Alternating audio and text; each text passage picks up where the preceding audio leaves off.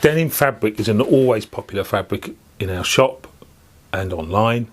We get asked a lot of questions about it.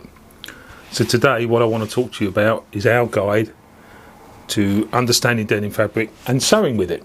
So what is denim fabric? Denim is a yarn dyed twill weave fabric, which means the threads are dyed before the fabric is woven. And it's twill weave because there's 2 warp threads to every 1 weft thread, which is what gives it its distinctive striped appearance on the back of the fabric, and also sometimes on the front where you can see the underneath of the other thread. But that gives it its strength and its distinctive look. So what is denim fabric made of?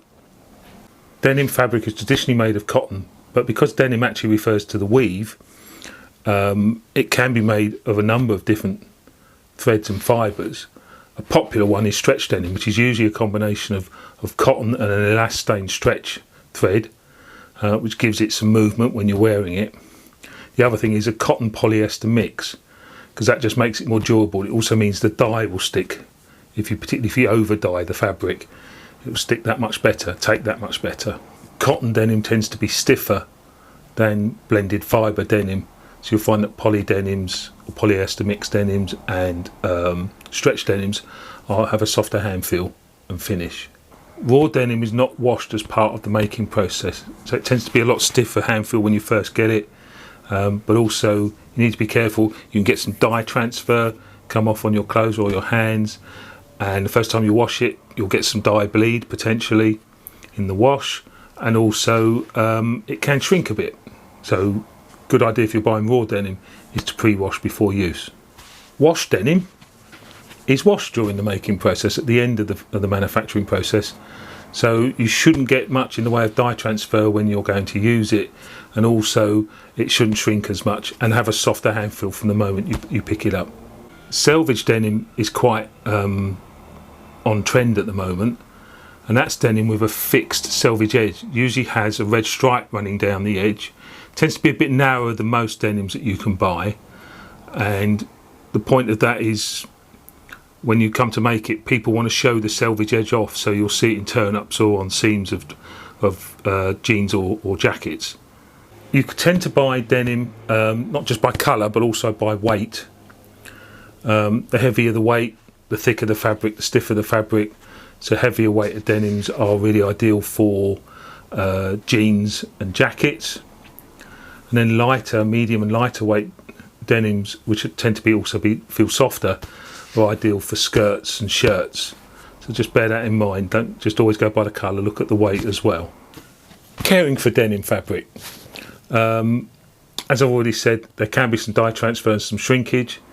So at least to begin with, wash separately, wash at 30 degrees.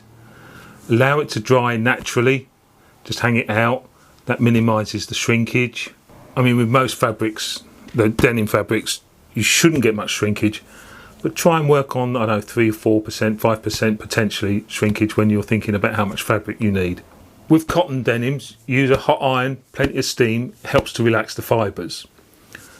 Have a little bit more care with blended denims, polyester denims, lycra denims. They might not take so much in the way of heat. Check with the people you're buying it from, just to make sure you get that right. Sewing with denim fabric, depending on the weight, you might need a heavier weight needle, a jeans or denim needle, or a standard needle, around 100 or so. You usually sew on standard cottons with a 70 or an 80, so it needs to be a slightly higher number, thicker needle. Test it out, get a selection of needles, try it out, find the one that works for you on the project that you're working on. Think about the fact that when you're sewing on seams it's twice the thickness, that kind of thing. Standard good quality polyester thread will work really well with denim fabric.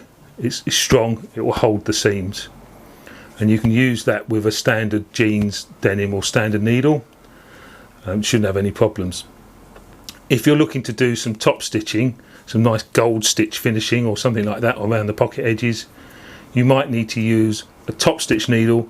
Has a larger eye, allows the thicker thread, the thicker top stitch thread, to pass through the eye of the needle. Something a lot of people don't think about is you might just want to open your stitch length out slightly when you're sewing, because it actually makes that really neat finish, that nice finish. You see the definition between the stitches. Ironically, for top stitching, you might want to make the stitch length a little bit shorter to bring those stitches closer together and give you that nice continuous line. If you're sewing over seams, particularly on a heavier weight denim, you might find that the machine will struggle where it's going through 2, 4, possibly even 6 layers. One of the things you can do, of course, is don't use the foot pedal, just turn the hand wheel. Remember, turn it towards you, turn the hand wheel just to get you over that lumpy part, so you're really in control of the machine. You're almost treating it like a hand stitch machine, just till you get through that part and you're out the other side, and then you can start to sew again with using the foot pedal. Really, my top tip, and I've already said this, is get a sample of the fabric and stitch on it with the different thicknesses of needles, types of needles, the different threads if you're using those.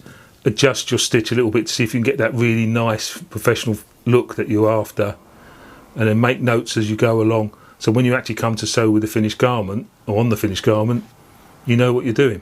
Anyway, I hope that's helped.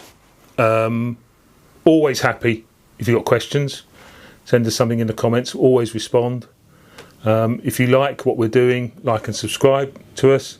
We will be doing more videos, more hints and tips and reviews as we go on. And as ever, happy sewing.